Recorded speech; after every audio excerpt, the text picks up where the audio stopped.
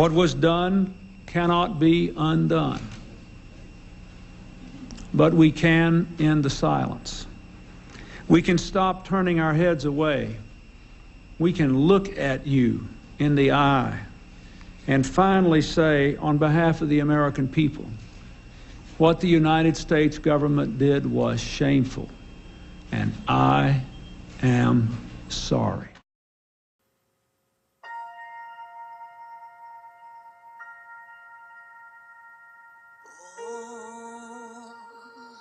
Show me, Lord, if there's a way. Show me, Lord, I can't see tomorrow, and I can't hide my sorrow. If there's a way out, won't you show me, Lord?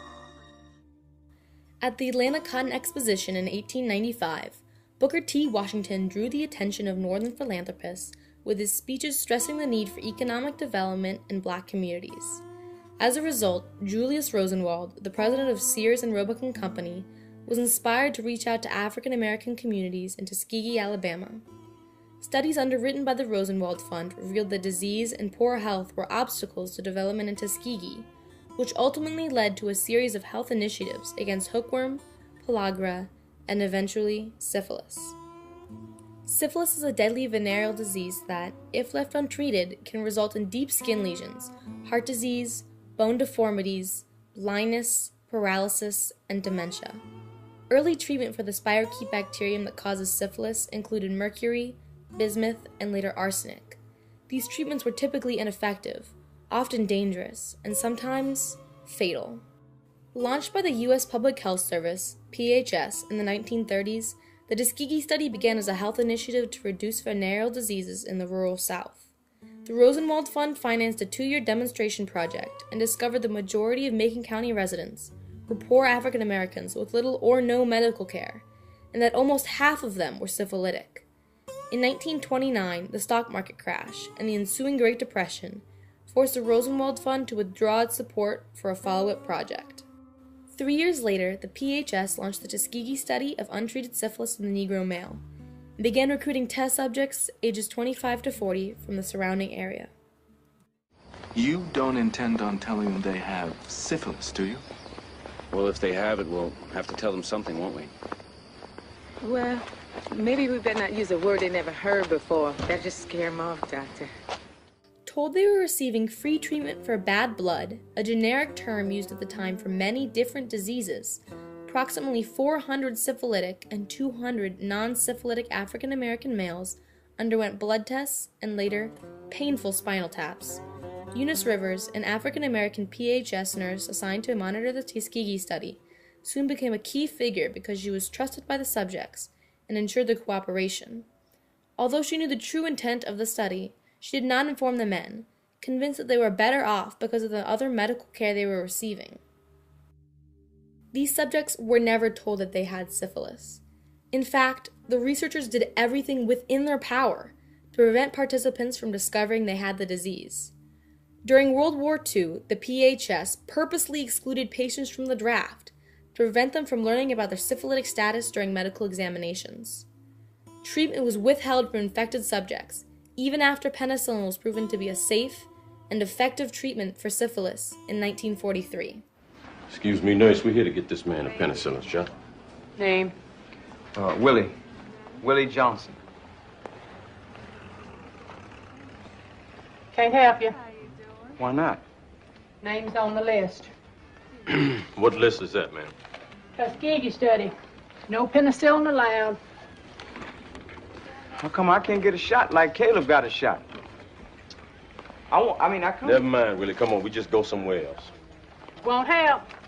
They sent the list to everybody.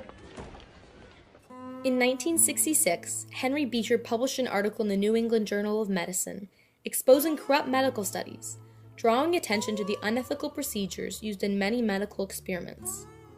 The Centers for Disease Control, CDC, organized a review panel to investigate the Tuskegee study in 1969, but the unethical nature of the experiment was ignored, and its continuation was recommended. In 1972, Dr. Peter Buxton disclosed the Tuskegee study to the Associated Press. Buxton's story was sent to major newspapers across the country, including the New York Times, sparking widespread public outrage and leading to the termination of the Tuskegee study in 1972. After the Tuskegee study was unveiled, there was an increase in scrutiny of research involving human subjects. As part of the National Research Act of 1974, Congress set up the National Commission for the Protection of Human Subjects of Biomedical and Behavioral Research. In 1979, the Belmont Report was published, which outlined 3 key principles that should be observed when conducting human subjects research: respect for persons, beneficence, and justice. Respect for persons demands that no information be withheld from subjects, and that they must give informed consent to participate in any study. Beneficence ensures that subjects are treated in an ethical manner that respects their decisions and promotes their well-being.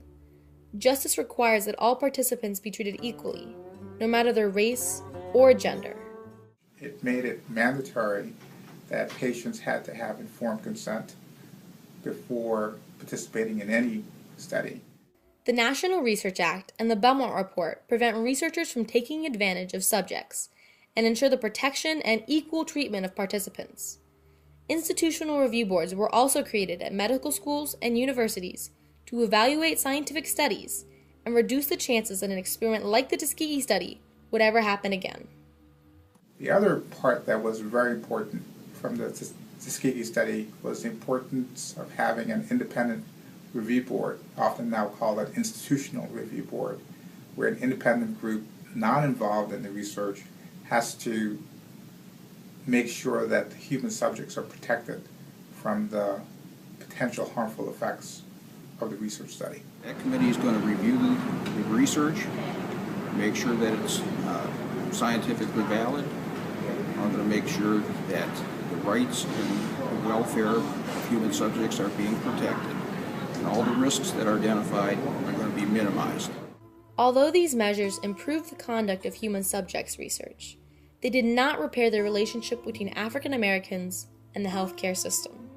And institutions and physicians and other researchers have to work a lot harder in order to convince African American patients or any minority group to want to participate in research.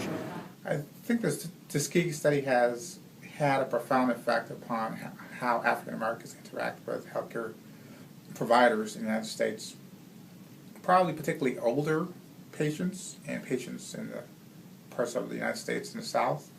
I think it has led to distrust of healthcare in general, and particularly distrust of clinical trials with respect to the belief that clinical trials are experiments that could potentially be harmful. And I think that largely is a legacy of the Tuskegee experiment. In 1973, Fred D. Gray, a civil rights attorney, filed a $1.8 billion class action lawsuit with the help of Cecilia Foote, a widow of a Tuskegee victim, and Bill Williams, a survivor. In response, the government agreed to pay $10 million in reparations to the subjects and their spouses. In 1997, the Legacy Committee was established to persuade Bill Clinton to apologize to the men and families affected by the Tuskegee study. President Clinton made the formal apology on behalf of the federal government.